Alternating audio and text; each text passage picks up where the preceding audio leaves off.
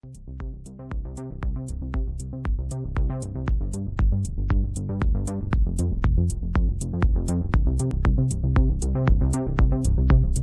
the virtual 2021 Transportation Camp in Washington, D.C., this is the Federal Mobility Policy Update for January 16th, 2021, with Beth Osborne from Transportation for America and Martha Roskowski from the Mobility Collaborative and Darryl Young from the Summit Foundation and the participants of Transportation Camp 2021. Amid the transit crisis, the pandemic, and a downturn in the economy, what should be the new transportation priorities for a new Congress and a new presidential administration?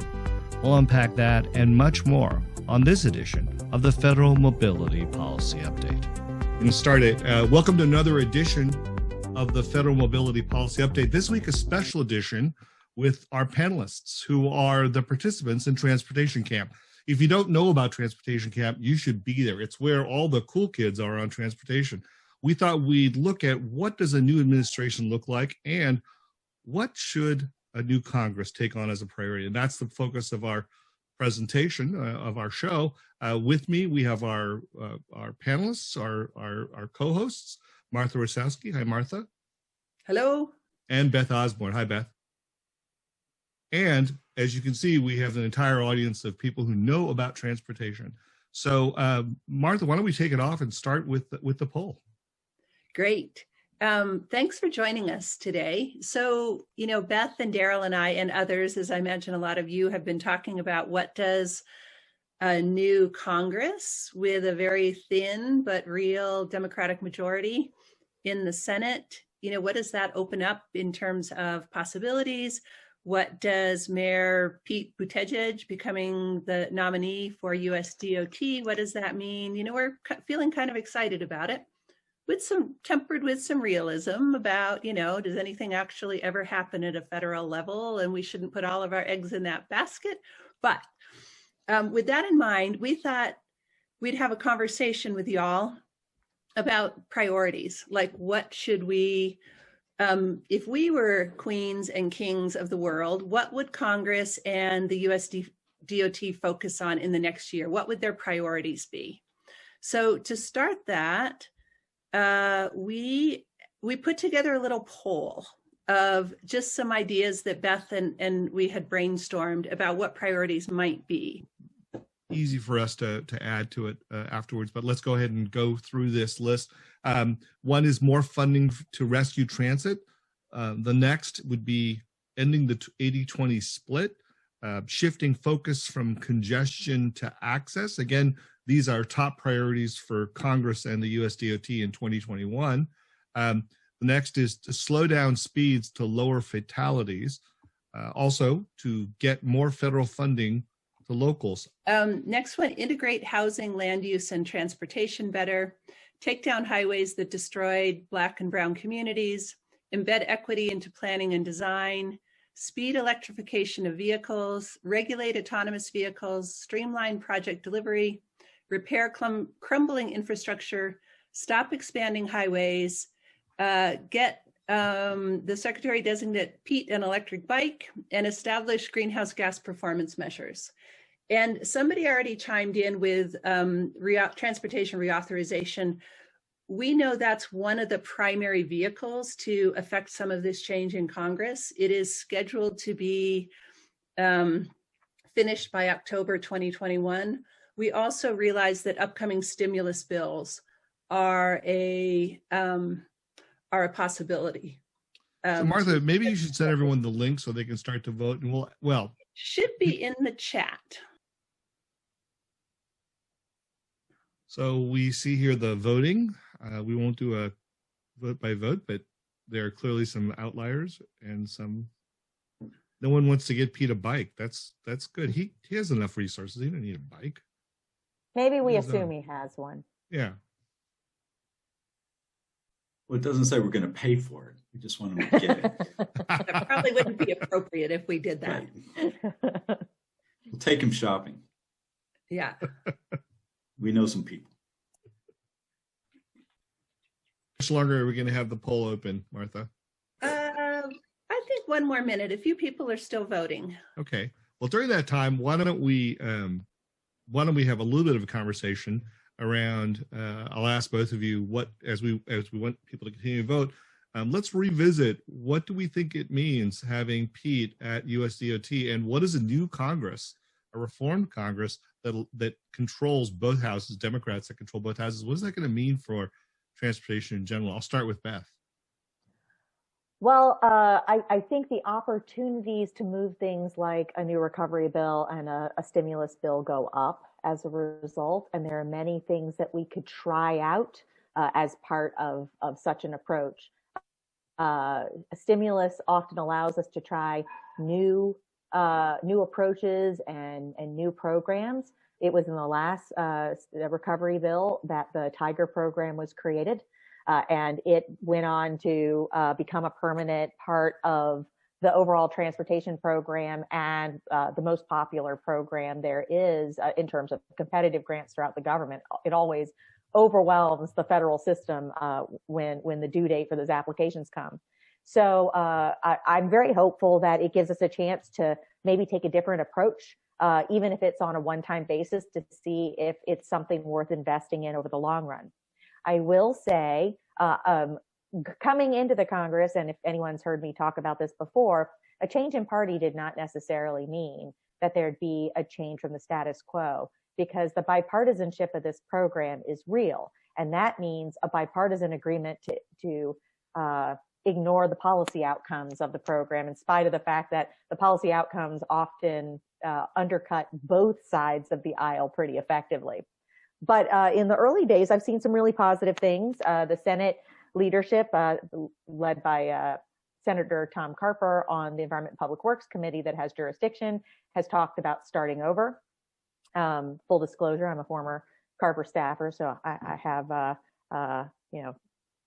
high hopes for what he can do. But I think also seeing Shelley Moore Capito as the ranking member is very positive. Senator Capito has done some really interesting things focused on helping people move around outside of a car more safely, and I think will be a very good partner. So I think that that the timing is right to get people to think a little bit more openly and differently about transportation due to COVID and due to the new leadership. That's great. We're back with the poll, but just if you give us a quick, 5-second answers to what is the future of changing the 80-20 split? The purpose of that was to point out to folks that the reason for an 80-20 split doesn't make any sense anymore. It was created in 1982 as part of a deal to raise taxes. It was based on the overall program being paid for by a gas tax. This is many years later. Our needs are different. We have invested in highways for multiple decades and have never invested properly in transit. And this program is not paid for by a gas tax, or certainly not in its entirety, not even close. So the purpose is to challenge people's thinking and make them reconsider. It would be wonderful for this country if we put an effort into transit like we did into highways, and that would require something like a 50-50 split. But just challenging people's assumptions it is going to move us in a better direction. And from that perspective, I have high hopes for it. Yeah, Gordon Chafin asked, does that mean a 50-50 split? Ideally it would, but anything off of the 20% that transit now gets would be a vast improvement. Martha, how's our poll coming? I think we can consider our poll done. Did you want to add questions or not? My suggestion, so I'm reading the comments, there was definitely a comment about funding, indexing the gas tax to inflation, VMT charges, which we did not put in the poll. But I would suggest at this point, maybe we dive into a little bit of discussion about the top few. There was a comment in there too, in this integrate housing, land use, transportation, adding health, which I thought was a really good idea. If you see the little ellipses there, transportation's in there. So absolutely good call. Maybe we dive into that. and realized as we put this together that we thought about doing a separate one for Congress and for the administration, but realized you all were sophisticated enough to realize that those two are integrated and both of them have a role to play in all of these. So maybe let's dive into, Beth, there's been some really promising signs, some good talk from Biden in his platform and his discussion about more integration across departments. Let's talk about that. And if people want to comment, go ahead and raise your hand in the chat box or put your name in the chat box, and we'll get to you, and we'll get you live so that you can comment. So in terms of what, I'm sorry, Martha, what did you want me to comment? This is our top vote getter was integrate housing, land use, health, transportation, sort of integrate yes. silos, breaking down silos. So I have a thought on that of something that's been rattling around in my mind and that I'm concerned about going forward. When I was part of the Obama administration, we had an initiative that brought HUD and EPA, USDA, DOT together. And we worked with other agencies as well on particular projects like the GSA on location efficiency in terms of locating federal office buildings and facilities. And we worked a little bit with HHS on a couple projects. But the point was to see past each other's jurisdictional barriers. And there's been some talk about reinitiating something like that, like the Partnership for Livable Communities. I would argue that interagency groups are a great way to start, but they should be time limited and they should have a product at the end. When I was in the department, we had, I was alone involved in 12 different interagency groups. None of them produced anything that made those agencies work better together over the long haul. So I think at this point, we need to talk about embedding these cross-cutting concepts in each program. If we want, for example, affordable housing programs to think about location as they locate, there are changes to the affordable housing programs that need to occur because there's strong incentives to push for cheaper land to build the affordable housing on. Well, that's going to be the most disconnected land in a lot of cases. It's going to be the furthest from transit. If you want transportation, to think about where the housing is or a combined housing plus transportation cost. Oh, we lost her. Oh, Beth, come back. We'll get her back in a second. Into the programs, into the regulations and the legislation. Great. You dropped out there for a second. No problems. Okay. Where did I drop off? What should I say? No, there was nothing of substance that we really thought. Yes. I think we got the gist of it. Okay, good. I know that there are people who are raising their hands, and there was a question about why isn't zero fare transit an option on the poll. I don't know if Martha, you want to respond to that, or? To me, that gets bundled into saving transit. That it seems like the top priority right now is to additional federal funding so that our transit systems can stay intact during the recovery period, or relatively intact. And then I think you get into the many, many improvements that transit needs. But that sort of job one right now is keeping our transit systems alive. I do think Carla raises a really interesting and important point about making transit more available and affordable. I mentioned in the last session that one of the most effective things that folks that want things to stay the same do is get us to fight over how to use meager resources more perfectly, rather than pushing to have better resources. So right now, if you go fare free, it comes out of something. And what we need to do is get transit funded so that it can be an additional benefit rather than having to cut service someplace to afford free service someplace else. It's such a miserably underfunded program that it's always this choice between frequency and service or reduced fares and service. We just need to get rid of that dichotomy, that kind of choice, and fund transit appropriately so we can give good, frequent, low-cost service. Okay, we've got about 40 minutes left. Martha, do you want to take questions? Do you want to go to the next subject? I know that Jerome has patiently been raising his hand. Where do you want us to go? Well, if Jerome has been patiently raising his hand, I can't see everybody. Oh, there's your hand. Your background is so lovely, Jerome. I didn't see your hand raised there in the corner. Jerome, why don't you ask your question? Hi, Jerome here from Indianapolis. I just wanted to comment on, the top choice of integrating housing, land use, health, and transportation. I think that's really important moving forward as we talk about a infrastructure bill, and that word infrastructure, that's something that I wonder about, and how we communicate more effectively, because infrastructure, it's such a buzz term, it's a catchphrase. And yes, we need to improve, augment, enhance our infrastructure, but I think we should be calling it like, what are we doing for people, and how is this enhancing people's lives, and how is this human-centered? The word infrastructure seems, it's very technical. It's some type of physical thing, but I think that's going to be a key part of this communication strategy of any potential infrastructure bill, is talking about it in a different way that actually appeals to people, what it's going to do to help improve the quality of life for people. I love that point. I think that's right. And one of the reasons infrastructure has been such a popular word is it's broad enough that everyone can see themselves in it without committing to anything.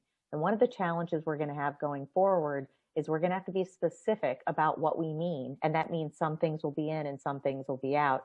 So much of particularly the transportation reauthorization has been about making sure that everyone feels like they're in. That gets us away from any particular mission, and it just becomes a spread the peanut butter program, which makes some people feel good, but doesn't get us really what we're looking for. So I think you're right. We have to talk about what we're going to do. We're going to connect more people to jobs and services. We're going to bring more services to them. If you want to bring broadband into it, for example. We're going to improve structures. But it needs to be about what we're going to actually accomplish and not use those buzzwords quite so much. Yeah, let's turn to a couple questions from the audience. Pete Gould asks, what levers does the federal government have in limiting sprawl development decisions that are typically locally approved, encouraged as economic development? We're getting out of transportation into land use, but man, those things are so tied together. Well, and I ask it because when we say let's integrate all of these things, that's great. But if we're just doing the transportation program and saying, hey, you should do this, like, are there actual levers to move this? Because unfortunately, in some of the more sprawly places, it's not like accidental that they are not doing compact, development. No, that's really true, and a really good point. Some of it is just about measuring better results. So I'm going to share my partner's work in multimodal access as a measure, which I have in several of the sessions. If you look at access, it's multimodal for one thing. It's all people traveling. Two, it looks at land use, puts land use on the same platform with transportation. And three, a lot of what those sprawling areas are building doesn't actually produce much access. So it does allow the feds to say, where is my money going the furthest to achieve the point, making sure the most people can get to the most places that they must get to. Right now, we have a system that says if cars move at a high rate of speed, that is success. We call it a congestion measure, but it's really a speed measure. What's interesting is we at no point measure whether or not people arrive at their destination. We're not concerned with that. The only question is whether or not cars move quickly. So if you build a wide road where there isn't a lot of development, cars move quickly. But there aren't a lot of places you can actually get to, so you haven't achieved the access side. So I think, one, we can measure that access better. And two, we can choose what we focus on actually funding.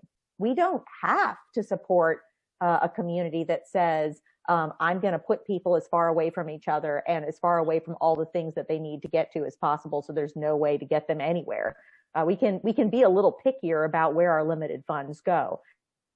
And luckily, an access measure would help to determine who's pushing us to do that.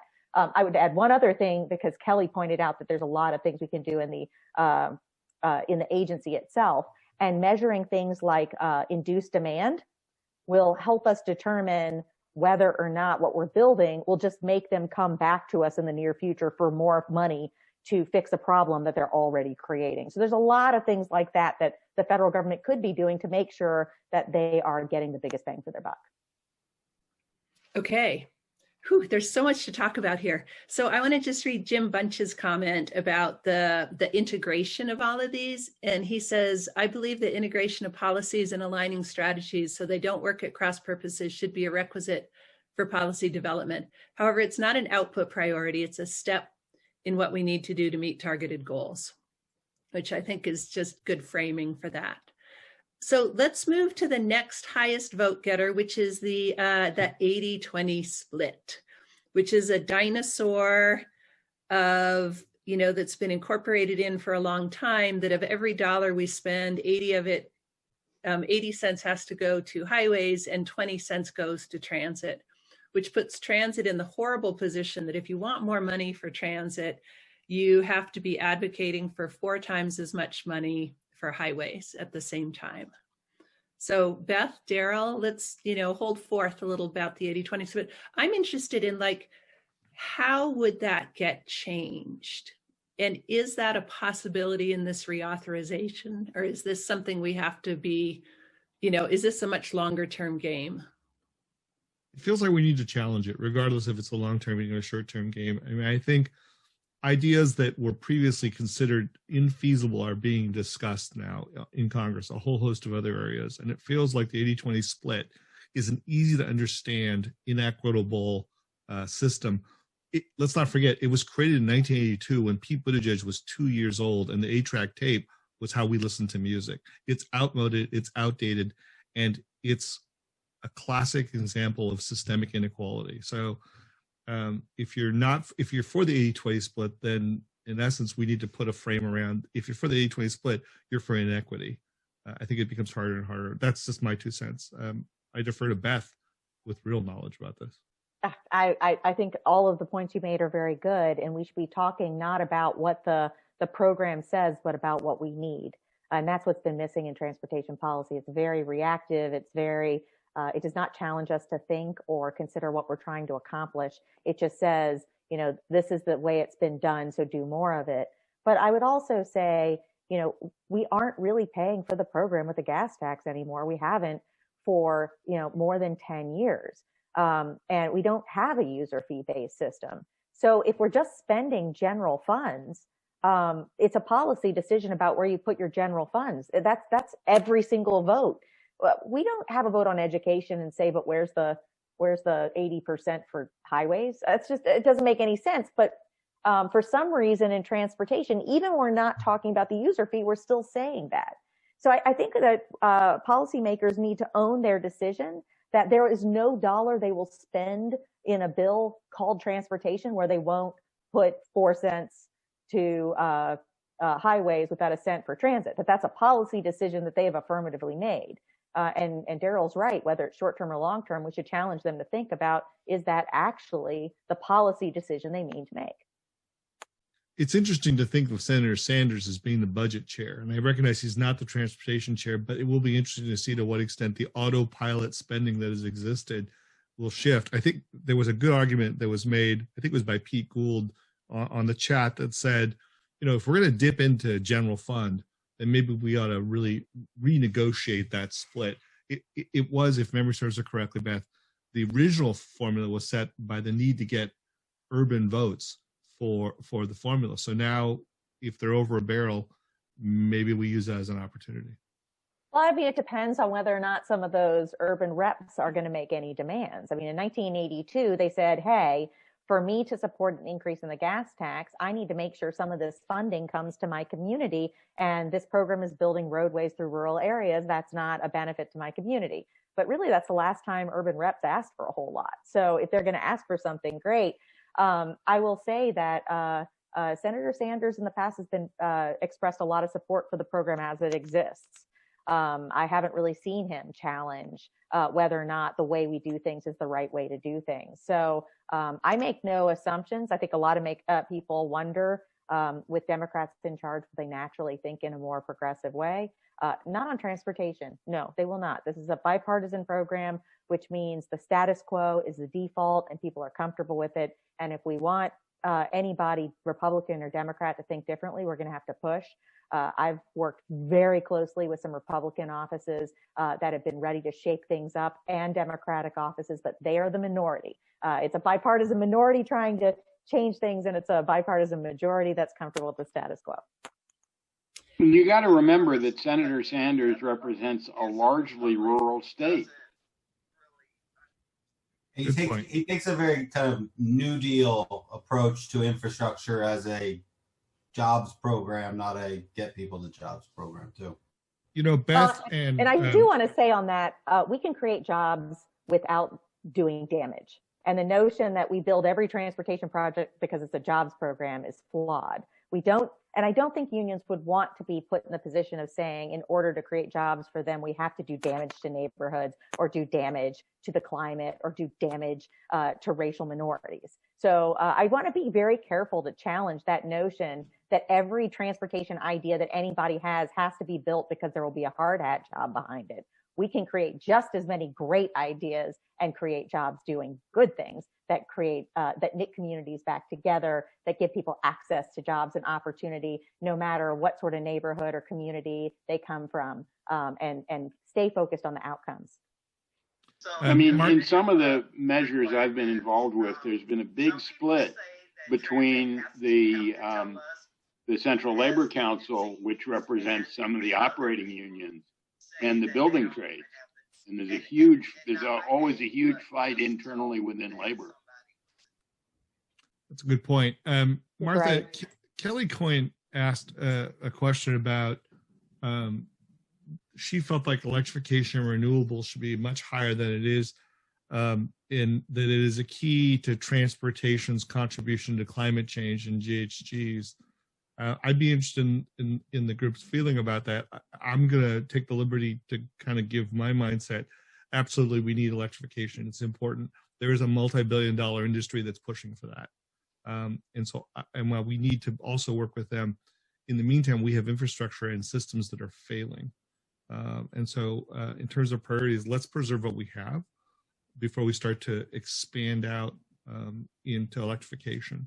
And if you look at the academic research, it's showing that we cannot get there singularly by electrification alone. That's my 2 cents. I'd be interested, Beth, in your standpoint, Martha, and everybody else's standpoint on that. So I would say, having worked with various funders, you know, from the foundation world, both, you know, those focused on mobility, but those focused on climate and electrification, I see that there's increasing understanding that we need both, that we need to electrify our vehicle fleet from heavy freight to, you know, medium freight to personal vehicles as quickly as we can. But we also need to reduce VMT. People need to be driving less. And that, you know, that comes through various ways, like provide them better alternatives, change land use so that your trips aren't as long. I'm just seeing an increasing coalescence around and that we need to do both. That I think for a while, electrification was just going to save everything. You know, that was like the technology, that was the fix. I think some of the reality is setting in, that we're not changing over the vehicle fleet as quickly as we might hope, that the technology is slower to come online than we might have hoped. Just a whole bunch of equity issues around electric vehicles, that I'm seeing more acceptance from our friends in the climate funding community that, yeah, we also need to reduce VMT. And I'm like, come on over, you know, like it's easy, you know, yeah, we got this VMT thing. I mean, I welcome all of the energy we can, because as you know, I'm being facetious when I say it's easy. You know, this is complex stuff. It's you know, hard to move the needle. Yeah, electrification is essential. Yeah, electrification is absolutely essential. We have to do it. It's just not sufficient. So we need an and strategy. I pasted in our report on this, which talks a little bit about both. We're involved in an electrification coalition.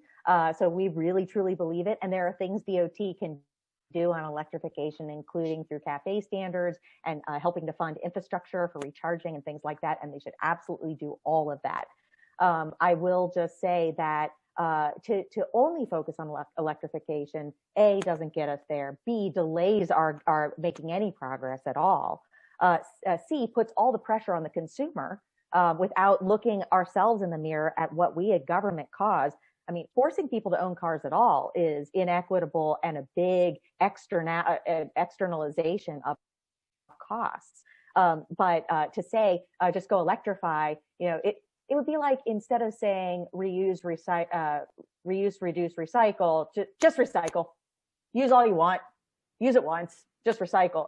That's kind of what we do in transportation. Drive alone, drive further every year, just do it in an electric car. And it doesn't think about all the other environmental ramifications. It doesn't get us to the climate benefits. It continues to further racial inequities, safety problems, all kinds of other issues. So I think we absolutely should be doing both. I know that Pete had his hand raised there for a second.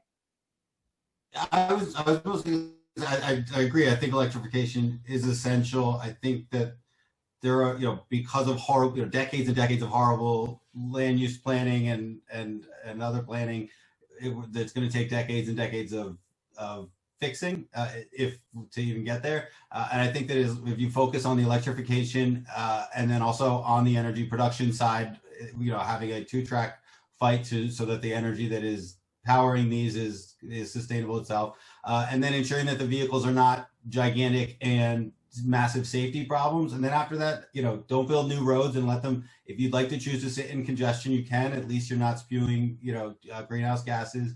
And then we focus on the things we know we should be doing for the last 20 years, of promoting and improving transit and on the land use side. We're a little bit defensive on this because we do have a lot of folks that act like all you have to do is a technological fix, because they often come from the utility regulation area where you just focus on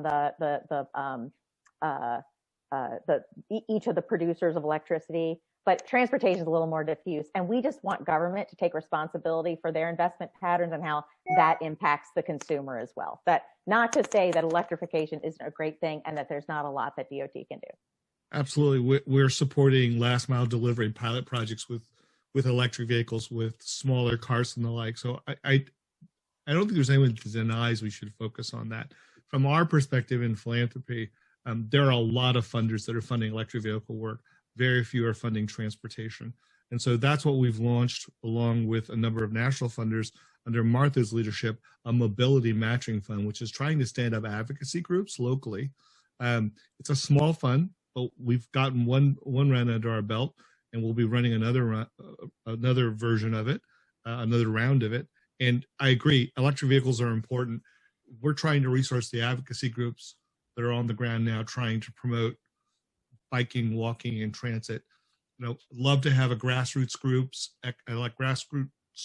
equity-based group focusing on electric vehicles. They don't exist yet. So there's that. But they certainly exist in California. There are a number of electric vehicle groups. But when you talk about electric vehicle groups for heavy duty electric vehicles, don't forget the other electric vehicle hydrogen fuel cells. Yeah, they work, and battery is questionable. The question is, are there grassroots groups on the ground that are made up with local people and advocates? That doesn't exist elsewhere. It does exist in California, my home state, but it doesn't exist elsewhere with any degree of you have to make sure that it's not AstroTurf. And I'm not saying it is in California, but there's a danger that industry will support it to the point where it becomes AstroTurf. So I want to jump in because I see a bunch of hands raised. Yeah. I'm not sure who is under the name WIG. Yeah, hi, that's me from Somerville, Mass. I think you have to look at some of these energy issues regionally, right? I mean, Maine and Massachusetts have more than 20 times their total electric need available through offshore wind with current technology and depth. So they could electrify all of New England within 10 years. all of the New England states. And I noticed there was some articles this morning about a new deal with Quebec Hydro, which is controversial in Maine because of the forestry. You need a backup, obviously, if you're going to depend on just one or two sources of electrification. You've got to have some backup strategy too. But I just wanted to throw that in. Great. Let's go to one question from Harrison. Hello, Harrison. And then let's move on to the next one on our list, which was embed equity into programs and projects, which is a really big topic, but I'd like to spend a little bit of time diving into that. And then we have many other great questions in the queue here. We will be able to save the chat because there's just all this really thoughtful stuff going on in the chat. And then see if we can figure out through Transportation Camp to be able to share that back with folks if you're interested in that discussion, because there's this whole other great side conversation going on in the chat. Okay, Harrison. Yeah, I'll keep it quick because I put a really long post. I think I hit the limit of characters in the chat, pointing to work that we did for Beth. And the reason I'm bringing that up a decade ago under the Biden administration, they came up, at the top, they came up with the Sustainable Communities Partnership. Beth's role at DOT, she had a great secretary, but she was lead staff for DOT and worked with all the division level people I work with as my real clients in federal highways. And I just kind of raising that for, I really encourage folks to look at those docs. They're a decade old. The new administration will want to do their own take on this, but that's a really good starting point for three reasons. Number one, getting the right people in at what was Beth's old level, deputy under whatever, to lead policy stuff in all the agencies, getting them to work together under whatever we call it this time around is key. Number two, almost all of the people that we worked with at staff level, not only in DC headquarters, but we, Beth's team paid for us to travel around the country and do workshops for all the and we always included EPA and HUD and DOT staff in the regions, along with all the key city and small town leaders, states and MPOs that we met with. We've got notes and names from all of those meetings that we can hand over to the new team. So there's this team out there that is just, I think, rearing to go, Beth, at okay, let's implement the stuff that we were talking about for the last decade. And if you just read the beginning and end of the M&O primer for livability and sustainability, it's got this multimodal corridor strategy, and you can actually go down. We did my work from my prior agency in Charlottesville region. If you're in the DC region, it's a 2-hour day trip drive. You don't even need to stay at a hotel. And Nick at Virginia DOT has successfully implemented that after shifting governor priorities in and out. Nick was finally deputy secretary, and he implemented it. And federal and Virginia DOT dollars paid to help build out the local parallel road network to take the local traffic on the road, and we then successfully defeated a major, faulty bypass. So that strategy is really written up, really easy to follow, and includes all the health and equity things that you're talking about here. Good starting point. Beth, do you want to respond to that, or you want to dive into the equity? Yeah, I just appreciate Harrison pointing out all those, those things that we got underway. And I think one of the things he said that I'd really like to focus on and have people focus on is how important it's going to be to have the right team. I did post in the chat the memo we sent as Transportation for America to the new administration. And it has a very long list of executive actions that can be taken, but they're suggested as ideas, and the way they're going to be done will require folks who understand not just the policy outcomes they're trying to achieve, but the way projects are developed and the relationship between the feds, the states, and the locals in order to get that right. So hiring a team with that level of multi-level of government experience and the policy experience and technical experience is going to require some real commitment and thought. Okay. Let's see. I don't know if I can go back to screen sharing, but the next one was embedding equity in planning and delivery, which I realize is a huge topic. But let's just do a few quick hits on, on some of the ideas. I know, Beth, you've already mentioned, the idea of using access as a measure rather than congestion, absolutely starts to get to some of the equity issues, tearing down highways in Black and brown neighborhoods. But, as our friend Charles Brown and others will point out, the inequities are laced throughout our entire transportation system. So what would you say are the top 2 or 3 things that could happen within reauthorization and the administration to start to unravel some of this? I mean, some of it has already been dealt with. We had a unanimous consent vote led by a Republican and Democrat in the House to focus on rehabbing the existing system before adding on to it. And in general, having a policy whereby those looking to build a new increment of the system show how they're going to be able to pay to maintain it while maintaining their system.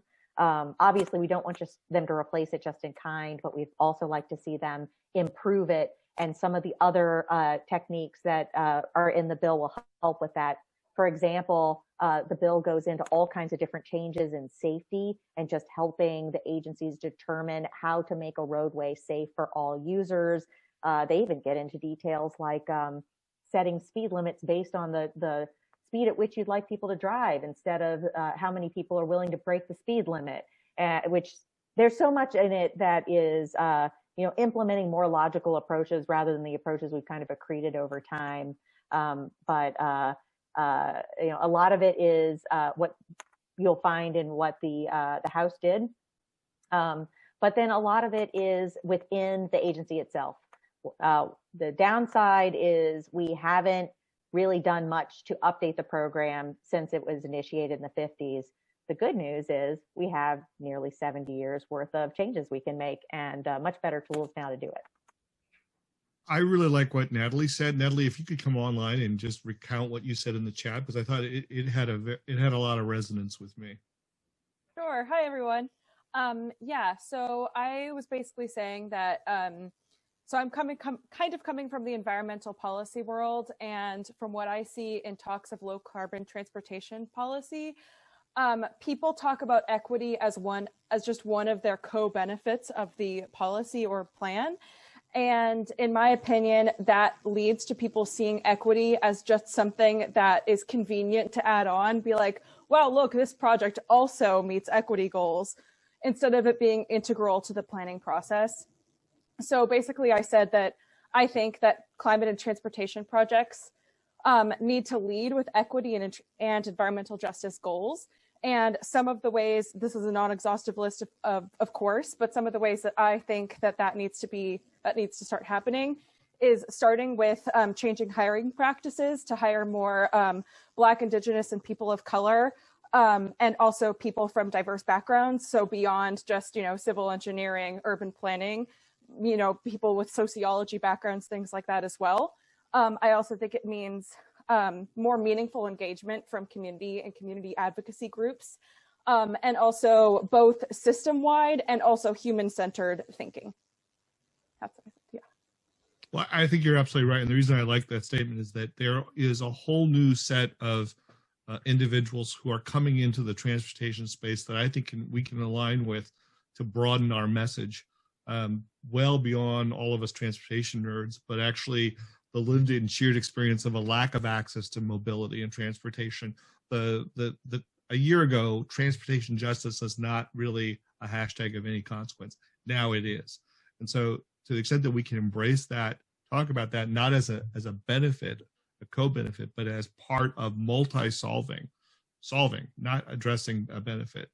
I think that's where we need to go. And I think we're going to get a larger number of members of Congress to see that. And I'm impressed that African-American and BIPOC planners are now speaking up, not only in their design firms, but in their state agencies and in their government entities, and forming a consensus, which is a promising thing. Yeah, I look at the folks leading the Future of Transportation Caucus in the House that are, Representative Chuy Garcia, Representative Ayanna Pressley. These folks get the need for transit as an equity, as an equity issue. They're really, it's encouraging to see those voices within Congress, not just outside of Congress. That's right. We have 10 minutes left, Martha. How would you like to proceed? We've only scratched the surface. Do you want to go to the next issue? Beth, what's your fancy? What is the collective group's fancy? Where should we go from here? I think we should hear as much from the group as possible, and we've got let's do hands that. raised.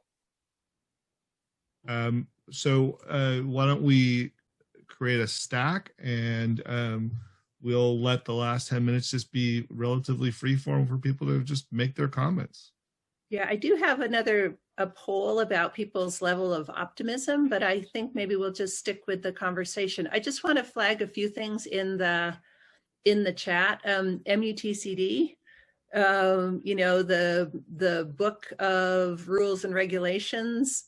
Several people have flagged that as in desperate need of not just like tweaking around the edges, but really significantly reforming it.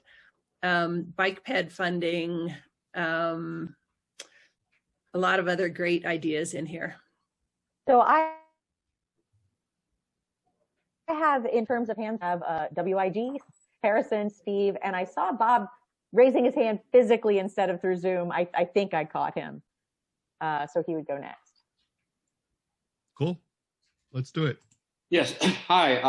I'm actually speaking to you from London, where I live at the moment, but I used to be the Assistant Deputy Mayor for Transportation for the City of Philadelphia. And I have been working with the Biden campaign over the past year here overseas. But I think what we have a great opportunity now, because one of the key elements of Biden's administration is going to be addressing climate change, and he's appointed many senior officials to deal with this particular issue. I see this as an opportunity for attaching all these transportation reforms we're talking about under this umbrella of climate change, and using that as a way to get some of these things enacted that under the auspices of climate change, rather than just strictly thinking of them in terms of transportation. So I think I would like to see, get some comments about that from some of you that are more embedded in the DC scene, as to how do we ride that that's a key priority for the Biden administration is climate change. And we have some of the ways to solve that in what we're talking about here. And how can we use that momentum that he's building to get some of these things we're talking about included in the future legislation? Yeah, I mean, one of the things that we put in our list of things to do is to immediately reestablish the rule that says departments of transportation have to measure the greenhouse gas implications of their programs and track it. It's hard to say we really care about this if we don't even ask the agencies to follow it. That was repealed by the Trump administration. It's a good start. There's more that can certainly be done. I do think that the department has a big role to play in electrification and should embrace that, but also so much of what people need to do in terms of, if we want the transportation system to pollute less, we need to make it possible for people to shorten their trips, take fewer trips, and still accomplish everything they need to, share trips, and take trips outside of a car. So it may not feel like a climate initiative, but when you change the standard for the roadway from level of service to something that's multimodal, so that you design something that results in a roadway that isn't, like entering a game of Frogger to cross, that's a climate initiative. So I think really going top to bottom in the agency to see what we're doing that forces people to drive alone and further all the time is a good way to decarbonize the transportation system. I did, Martha, also forget to mention, I saw Gordon's hand raised. Okay. And we have Steve. I'll just add, at least on the campaign trail, Joe Biden was talking a lot about jobs and green jobs. And if we can link infrastructure, building our transportation system, building a greener transportation system as a way to provide jobs, where, the highway folks have been pretty good about saying, we got to build highways because that's jobs, jobs, jobs. And, flipping that script so that we're providing other kind of jobs, building better things in our transportation system, operating our transportation system better. There was a really good document that came out from the McHarg Center, the Transit Center Foundation, and in full disclosure, I'm on their board, as well as Beth at Transportation for America. Beth, if you could put that in the chat. Was it called a Green New Deal for Transportation? Something along those lines, right? And that document has been circulating, and I know that the McHarg Center has been briefing newer members of Congress about it. So I think you're absolutely right that the conversation about the climate impact is important. I think the challenge we have is that there are not enough people that I know of, that doesn't mean they don't exist, that are able to express the carbon impact of transportation decisions with any degree of certainty. And that's a challenge for decision makers that says you can get this much GHG if you do the following things, like electrify the fleets, the federal fleets, as well as private fleets. So. Yeah, I mean, that's been a big issue here in the UK and in Europe, in the European Union, is that they get it. The climate change and transportation are like this. And like the European Union has just come out with their new transportation and mobility strategy, and it's all linked to climate change. And I think that's where the things we got to go here. The last thing I'll say about that is the good news is that a number of firms like Deutsche Bahn, Transport for London, is now coming and advising government entities around all of that. So they have that expertise, and that information is being spread back and forth, which is good. Good. Okay, on our list, we have Steve. Hello, thank you. I wanted to stress two things. One is equity is actually measurable in transportation. I put that link in the chat, but if you go to nadtc.org to diversity resources and scroll to the bottom, you'll see a link to a Delaware toolkit where they married GIS and traffic analysis zone data and network overlays. So they were able to compare travel time by mode from neighborhoods that are low income or primarily Latino or Black versus other neighborhoods. So it's measurable, but at the same time, measuring isn't enough. I'd like to see the MPOs, right now they have a requirement for a coordinated human service transportation planning process that includes older adults, people with disabilities, and services for them. Why not take that same approach and expand it to mobility as a whole, so that you've got public health, especially folks, and other perspectives on the decision-making process, or at least the review process. So they look at those measurements and think about how they can ameliorate the effects of transportation development. Thank you. Gordon. Hey, everybody.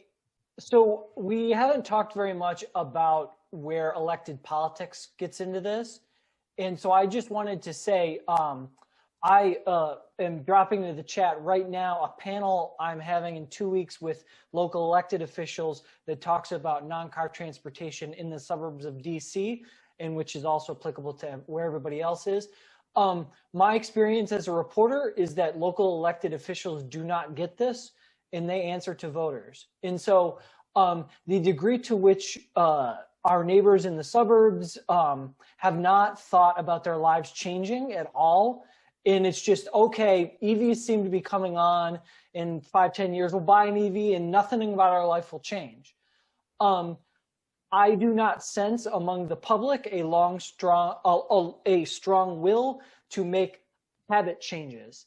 And I just wanted to say, and I'll ask tough questions at that panel, but I think that most elected officials at the county level in places that are growing very fast in suburbia, they think they'll clean their grid, they'll put plugs in all the cars, and then that'll be it. And the reality is that, as everybody has said, it's much more complicated and requires, I don't know if it's necessarily zero sum, but it requires trade-offs that have to be explained with stories that are compelling to people who want quote unquote congestion relief, and that gets every local official elected anywhere. Yeah, I think those are really good points. But one of the things we can start by doing is pointing out they are pushing habit changes right now. You know, when you say that we're not going to provide affordable housing close to where people need to go to work or to all the basic necessities, what you're doing is saying the only place you'll be able to afford to live is in a place where you have to change all your habits. You can no longer walk any place. You have to drive every place. We only accept a change in habit in one direction. So one thing we can start by doing is pointing out that we are putting our thumb on the scale and dictating how people move and how people behave and how they will live and how much they will spend and how much they will pollute and how many places they'll have access to.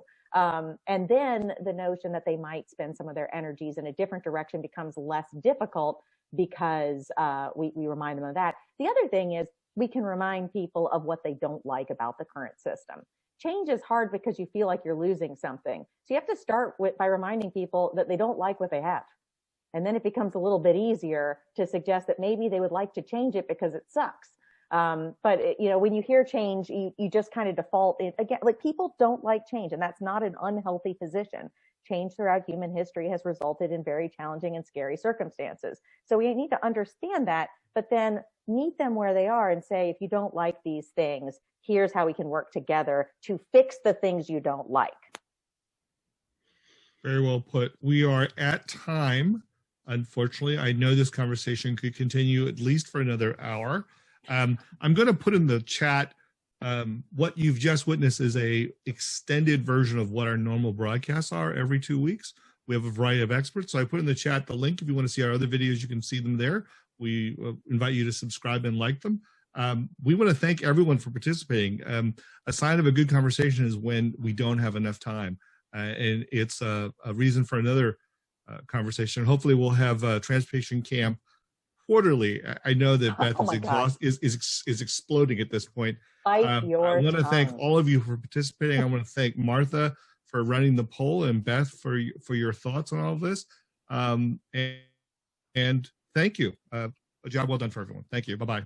Now, I would also like to just thank everyone for your participation throughout the day. Another special thank you to Uber for sponsoring the program today and making this channel possible. And please do provide feedback. Stay on Slack. Let us know what you like from this, because we want to preserve the good parts of virtual transportation camp, even when we can meet again in person next year.